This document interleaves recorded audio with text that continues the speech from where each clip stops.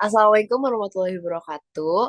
Hari ini kita dari kelompok 6 akan mempresentasikan hasil analisis sentimen video YouTube Ferry Irwandi mengenai santet dengan metode analisis naif bias untuk memenuhi tugas UAS Communication and Big Data dari kelas C.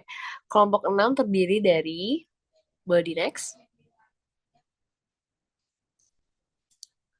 Ada saya sendiri dengan NIM 119, Najwa Irza Aulia, ada Joe Valensky dengan NIM 146, ada Nick Jantio dengan NIM 151 dan Dian Noviardini dengan NIM 274. Boleh di next.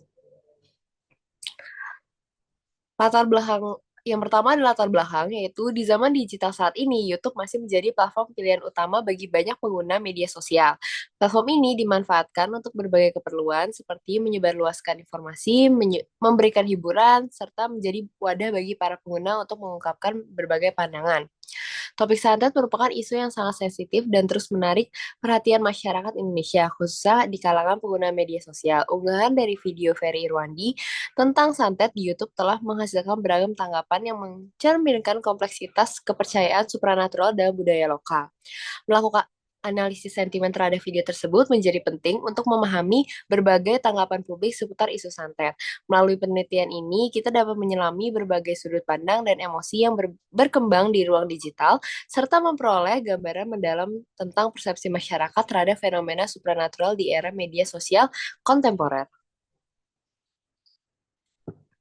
Selanjutnya ada tujuan dan manfaat. Tujuannya yang pertama, melakukan studi mendalam tentang respons masyarakat terhadap video santet Ferry Irwandi di YouTube menggunakan teknis analisis sentimen naif bias untuk mengungkap spektrum tanggapan penonton. Yang kedua, ada memetakan peta digital persepsi publik seputar fenomena santet dengan akurasi komputasional. Yang ketiga, menguji kapabilitas metode naif bias dalam mengeksplorasi dinamika sentimen komentar di platform media digital dengan fokus pada platform YouTube.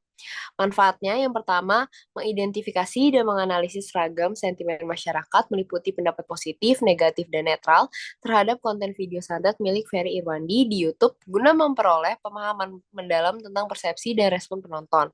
Yang kedua, mengevaluasi kehandalan dan akurasi metode naif bias dalam melakukan analisis sentimen pada konten komentar di platform digital dengan tujuan menguji kemampuan metodologi tersebut, menyediakan landasan akademis dan metodologi yang dapat dimanfaatkan sebagai acuan atau inspirasi untuk penelitian selanjutnya dalam bidang analisis sentimen publik di media sosial dengan pendekatan serupa.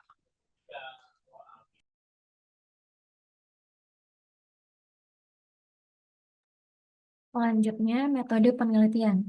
Di sini kita menggunakan metode penelitian kuantitatif, di mana metode ini dipilih karena keunggulannya adalah menganalisis data dalam jumlah yang sangat besar secara sistematis dan terukur. Salah satu contoh penerapannya adalah untuk mengelola data dari komentar di platform media sosial seperti YouTube yang biasanya berjumlah masif. Dengan menggunakan pendekatan kuantitatif, data dapat dikumpulkan, diolah, dan dianalisis untuk menghasilkan temuan yang bersifat objektif. Artinya, hasil yang diperoleh dapat direpresentasikan dalam bentuk angka atau statistik, sehingga memudahkan proses interpretasi dan pengambilan keputusan berdasarkan bukti yang kuat. Metode kuantitatif juga memungkinkan peneliti untuk mengidentifikasi pola, tren, atau kecenderungan tertentu dalam data secara akurat. Dalam konteks analisis sentimen, metode ini dapat digunakan untuk mengkategorikan komentar berdasarkan polaritasnya, seperti sentimen positif, negatif, ataupun netral. Selain itu, hasil dari penelitian kuantitatif dapat diukur secara matematis, sehingga memberikan tingkat validitas dan reliabilitas yang lebih tinggi dibandingkan dengan pendekatan yang bersifat subjektif. Oleh karena itu, metode ini menjadi pilihan yang tepat untuk penelitian yang memerlukan analisis data skala besar dan hasil yang dapat diuji secara statistik. Selanjutnya,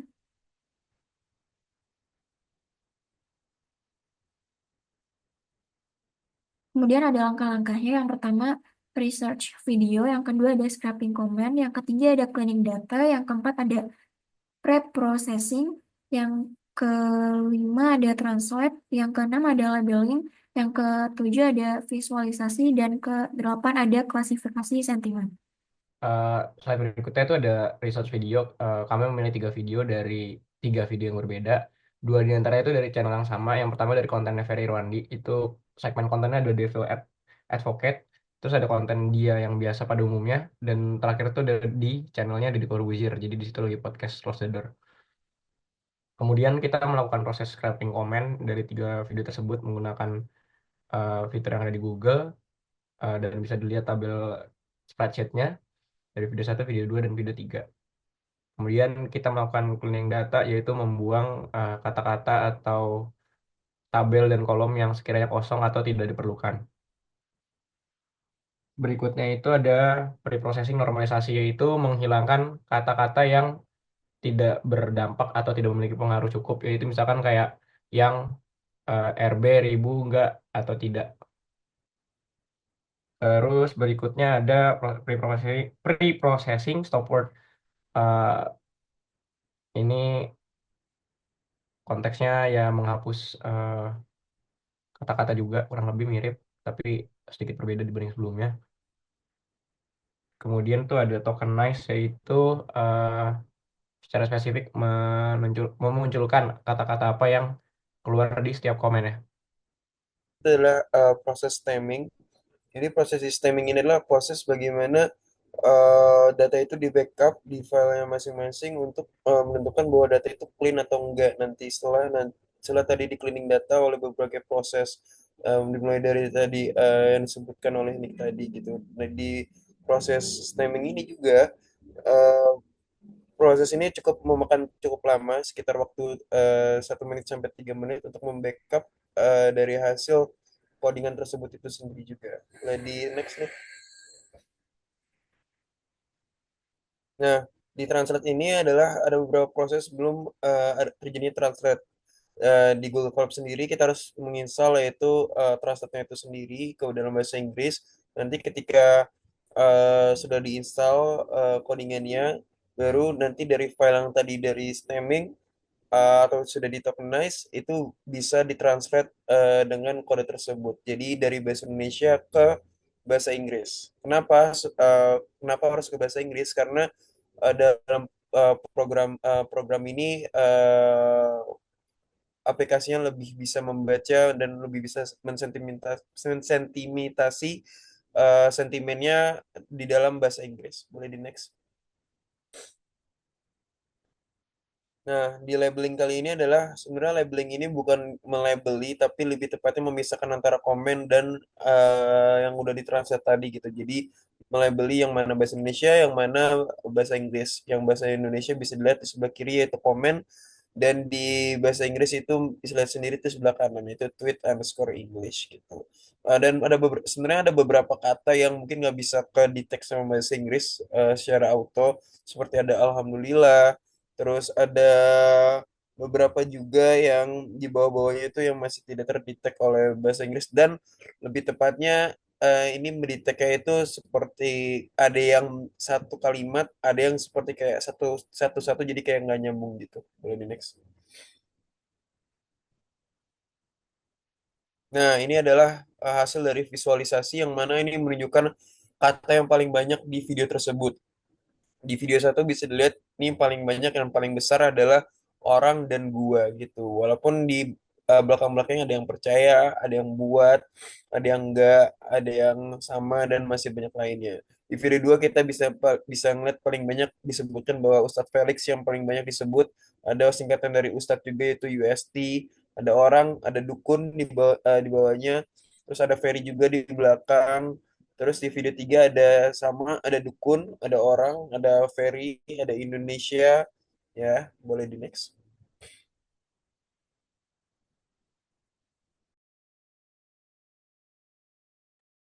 Dan selanjutnya ada klasifikasi sentimen. Di sini kita bisa lihat jumlah dari sentimen di tiga video ini. Dari video pertama kita bisa lihat jumlah sentimen positif berjumlah 35 dibandingkan dengan sentimen negatif yang jumlahnya lebih banyak yaitu 60. Sedangkan sentimen netralnya berjumlah kosong. Lalu di video kedua, eh, sentimen positif berjumlah 14, sentimen negatif berjumlah 33, dan sentimen netral masih sama berjumlah kosong. Dan di video ketiga, sentimen positif ini lebih sedikit, yaitu berjumlah 2. Lalu sentimen negatifnya berjumlah 77 dan sentimen netralnya masih berjumlah kosong. Selanjutnya,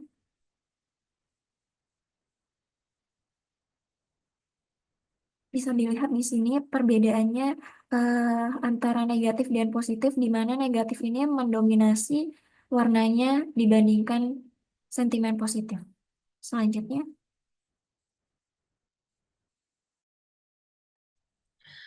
Selanjutnya dari ketiga video yang sudah kita analisis, ketiga topik ini didominasi oleh sentimen negatif seperti kata-kata yang mengacu pada tipu dan lawan. Sementara itu, pembahasan topik-topik lain khususnya dukun dan santet dipicu oleh bagaimana ketiga video tersebut sama-sama membahas hal yang serupa terkait santet.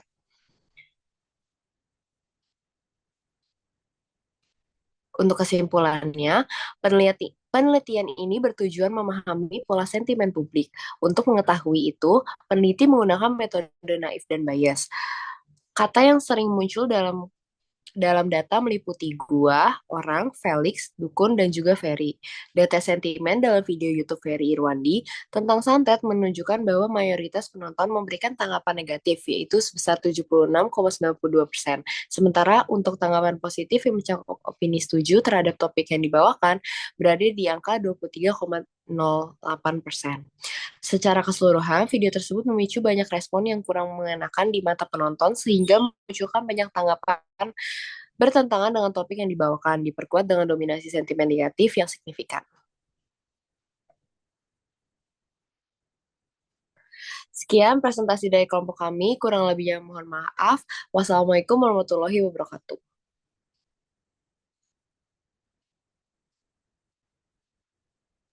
And cut.